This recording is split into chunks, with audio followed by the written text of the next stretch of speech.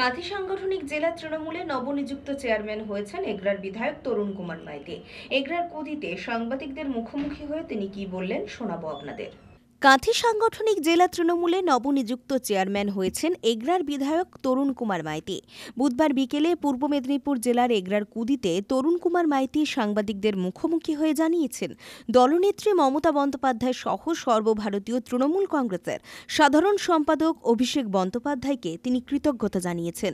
তিনি আরও জানিয়েছেন, আগামী ২৬-এর বিধানসভা নির্বাচনকে মাথায় রেখে দলকে ঝাড়াই বাছাই করা হচ্ছে, যাতে করে দল ভালো করে কাজ করতে পারে।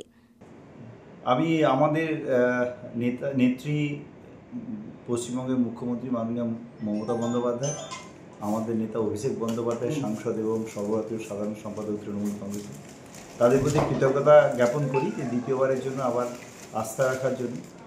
আসলে দল যে দায়িত্ব দেয় সেই দায়িত্বটা পালন করার চেষ্টা করি। তো স্বাভাবিকভাবে আবার একবার দায়িত্ব পেয়ে সামনের নির্বাচন আছে, ২৬-এর নির্বাচন, এটা করতে হবে।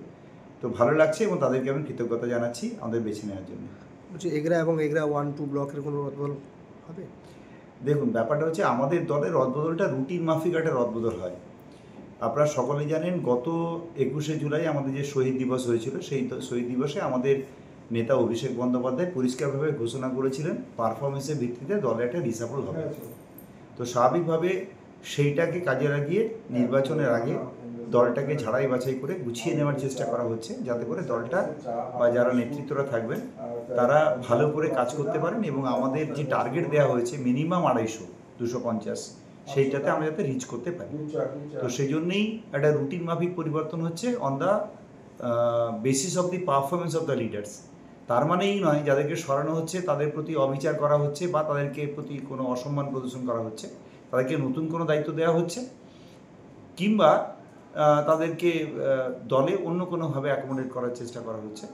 সবাইকে নিয়ে, নতুন পুরনো সকলকে নিয়ে একটা ডাইনামিক দল তৈরি করার জন্য রাজ্য সরকার, রাজ্যের পার্টি আমাদের, তারা যা সিদ্ধান্ত নিচ্ছেন সেই সিদ্ধান্ত অনুযায়ী রুটিন মাফিক পরিবর্তন হচ্ছে।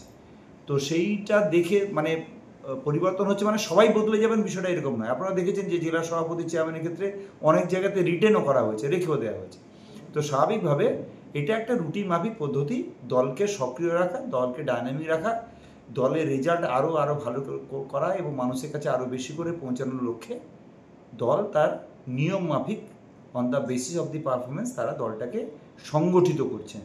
তো সেই কাজটা যদি আমার এখানে দুটো ব্লকে দল মনে করে কাউকে পরিবর্তন করার দরকার আছে, নতুন লোককে নিয়ে আসার দরকার আছে, কি পুরনো লোককে রিটার্ন করার দরকার আছে, সেটা করবে। দীর্ঘদিন ধরে তো এগরা 1 ব্লকের সাংগঠনিক সভাপতি নেই। হ্যাঁ, স্বাভাবিকভাবে এটা একটা ভ্যাকেন্সি তৈরি হয়েছে। আমার যিনি সভাপতি ছিলেন তিনি মারা গিয়েছেন, তার জায়গায় আমাদের সহসভাপতি সত্য চক্রবর্তী আপাতত দলের নির্দেশে তিনি ব্লকটাকে পরিচালনা করছেন। এবার নিশ্চয়ই এখানে একজন পার্মানেন্ট সভাপতি দল ঠিক করবে এবং অ্যাপয়েন্ট করবে। পুলক বেরার রিপোর্ট, খবর BCBS।